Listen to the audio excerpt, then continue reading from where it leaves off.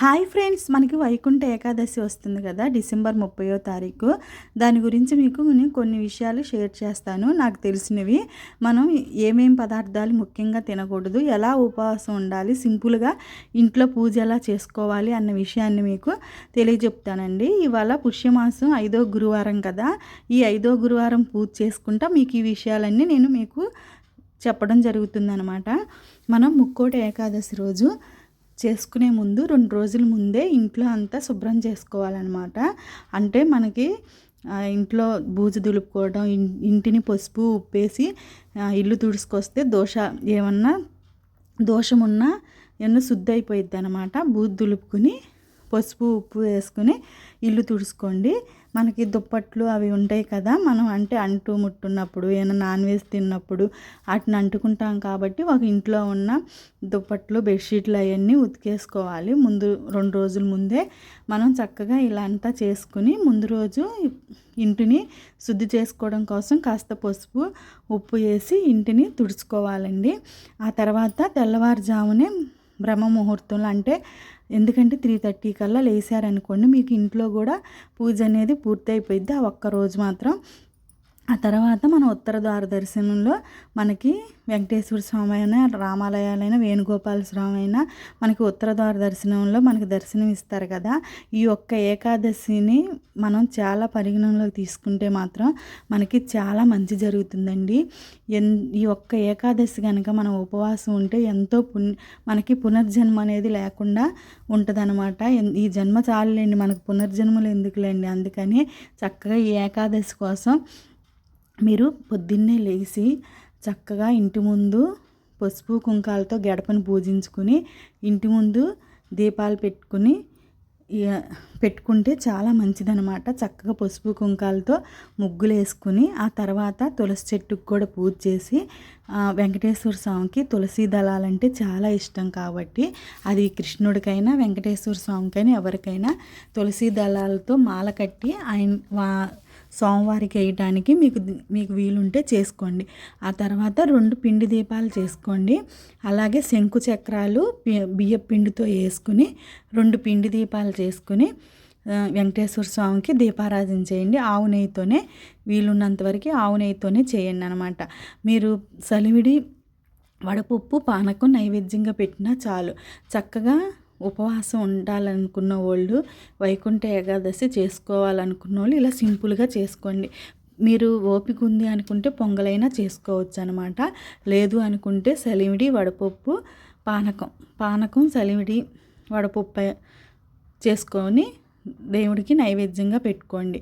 ఆ తర్వాత స్వామివారికి విష్ణు సహస్రనామం అయినా, లేకపోతే ఓం నమో నారాయణ అయినా, లేకపోతే ఓం నమో వెంకటేశ, ఏదో ఒక మంత్రాన్ని 108 సార్లు జపించుకుని ఒక్కో పుష్పం కానీ అక్షింతలు కానీ వేసుకుని ఆ స్వామివారికి, వెంకటేశ్వర స్వామి ఉంటే వెంకటేశ్వర స్వామి, కృష్ణుడికి అయితే కృష్ణుడికి, అన్ని ఆయన రూపాలకి, మనం విష్ణుమూర్తి ఉంటే విష్ణుమూర్తికి పూజ చేసుకుని, మీరు విష్ణు సహస్రనామం చదవలేకపోతే ఫోన్లో అయినా పెట్టుకోండి, లేకపోతే టీవీలో అయినా పెట్టుకుని విష్ణునామాలతో విష్ణు సహస్రనామం అయితే వినండి.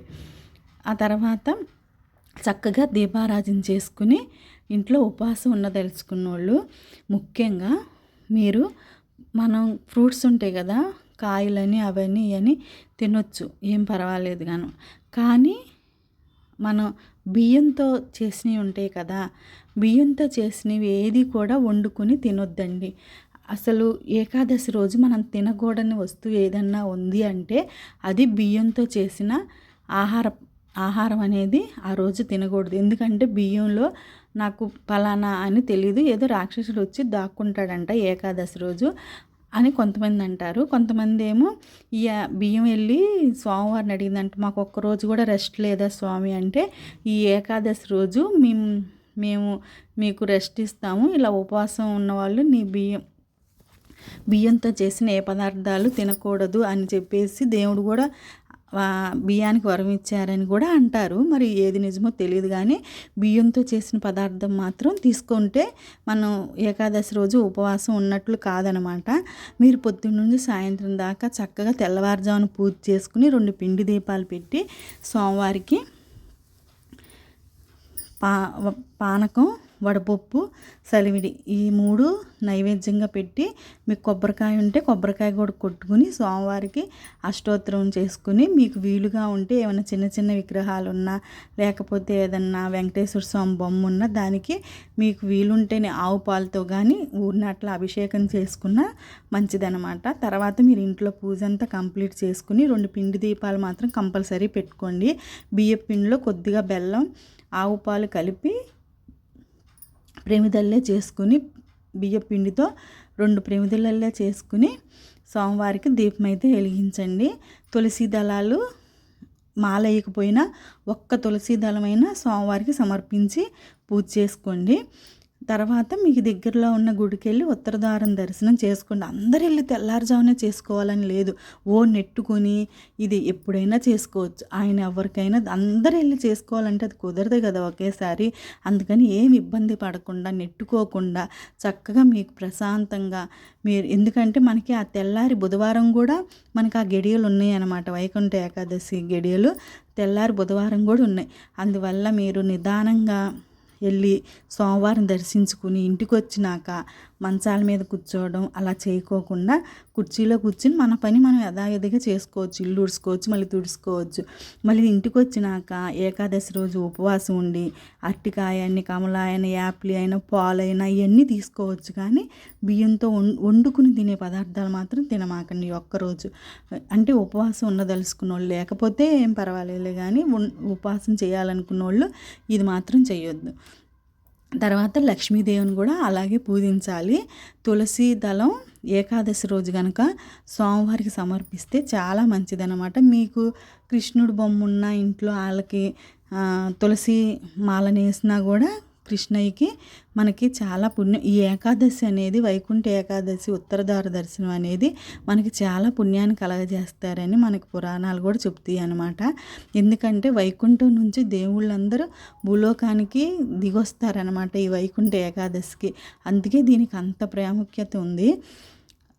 సాయంత్రం ఈవినింగ్ కూడా చక్కగా మళ్ళీ స్నానం చేసి ఇల్లై శుభ్రం చేసుకుని స్నానం చేసి మళ్ళీ ఇంట్లో దీపారాధన చేసుకుని సాయంత్రం పూట మన గడప దగ్గర కనుక 2 దీపాలు వెలిగించుకుంటే వైకుంఠ ఏకాదశికి చాలా మంచిదండి.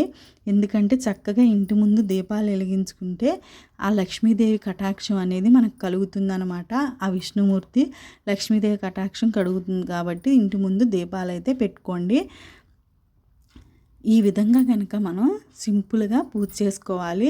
మళ్ళీ ఆ రోజంతా మనం ఏం తినకుండా నెక్స్ట్ రోజు ద్వాదశి వచ్చింది కదా, మనం అప్పుడు మళ్ళీ పొద్దున్నే లేచి దీపారాధన చేసుకుని మనం అప్పుడు మన ఉపవాసాన్ని విరమించి తర్వాత మనం అప్పుడు ఏదన్నా వండింది దీపారాధన చేసుకుని చక్కగా మళ్ళీ పూజ చేసుకున్న తర్వాత అప్పుడు మనం ఏదన్నా వండింది తింటే చాలన్నమాట. ఉపవాసం చేయాలనుకున్న వాళ్ళు ఇలా చేయండి. నేను ఉండలేని వాళ్ళు, ఆరోగ్యం బాగోని వాళ్ళు బలవంతంగా అయితే ఉపవాసం చేయొద్దండి. ఎందుకంటే ఇప్పుడు చాలామందికి ఇలా ఆరోగ్యం సహకరించగా అంటే బీపీలు, షుగర్లు ఉంటాయి కదా, వాళ్ళు ఆహారం తీసుకోలేకపోతే నీరసం అయిపోతాయి. అలాంటి వాళ్ళు ఇబ్బంది పడతా అయితే ఉండొద్దండి. మనం అట్లా ఇబ్బంది పడతా దేవుడికి చేసినా కూడా మనకు అది ఫలితం అనేది ఉండదు. కాబట్టి ఎటువంటి ఇబ్బంది లేకుండా చక్కగా అయితే చేసుకోండి. నేను ఇవాళ పుష్యమాసంలో మనం లాస్ట్ గురువారం కాబట్టి లక్ష్మీదేవికి ఈ 5వ వారం కూడా నేను క్షీరదీపం పెట్టుకుని అమ్మకి చక్కగా ఎర్ర గులాబీలతో పూజ అయితే చేసుకున్నానండి. ఇంకా ఈ వారంతో నాకు ఈ 5 గురువారాలు కూడా పూర్తయిపోయినాయి. అసలు ఆ తల్లి ఎటువంటి ఆటంకం లేకుండా ఈ 5 గురువారాలు చక్కగా ఆ లక్ష్మీదేవికి అయితే పూజ చేసుకోవడం జరిగింది. ఈ వైకుంఠ ఏకాదశిని సింపుల్గా నేను చెప్పినట్లుగా మీరు చేసుకుంటే మీకు కూడా తేలిగ్గా ఉంటుందండి. ఎటువంటి అడావిడి లేకుండా, మనకి ఏ ఆర్భాటం లేకుండా చక్కగా ఓం నమో నారాయణ మంత్రాన్ని కానీ, ఓం నమో వెంకటేశాయ అని కానీ, మనకు అన్ని రూపాలు విష్ణుమూర్తి రూపమే కాబట్టి వెంకటేశ్వర స్వామి అయినా, వేణుగోపాల స్వామి అయినా, అదే శ్రీకృష్ణుడైనా మనకి విష్ణుమూర్తే కదా, ఆ రాముల వారు కూడా ఆ విష్ణుమూర్తే.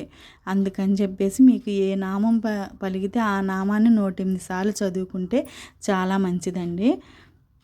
నేను లక్ష్మీదేవికి పూర్ణాలు అయితే నైవేద్యంగా చేసుకున్న. 5వ వారం పూర్ణాలు నైవేద్యంగా పెట్టుకొని అమ్మవారికి అలాగే కొబ్బరికాయ కూడా కొట్టుకుని ఈరోజు అమ్మవారి పూజ అయితే ఇలా ముగించడం జరిగిందండి.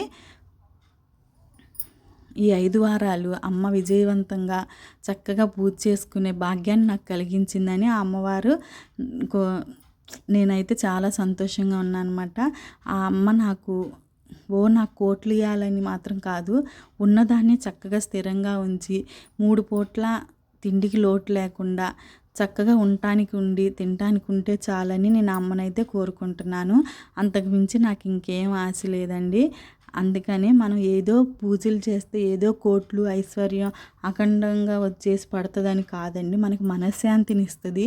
అలాగే మనం చేసే పనిని కరెక్ట్గా చేసేటట్లు మనకు దారి చూపిస్తుంది. మనకున్నదే స్థిరంగా ఉండేటట్లు ఆ దేవుళ్ళు మనకి ఆశీర్వదిస్తారనమాట. అంతేగాని మనకి కోట్లు వచ్చేస్తాయి ఇది వచ్చేస్తాయి అన్నంగానే నమ్మేసి పూజలు చేయటం కాదు. అది మన మనస్ఫూర్తిగా చేసుకోవాలి, దేవుడి స్మరణలో ఉండాలండి. ఈరోజైతే లక్ష్మీదేవికి లాస్ట్ గురువారం పూజ పూర్తయిపోయింది.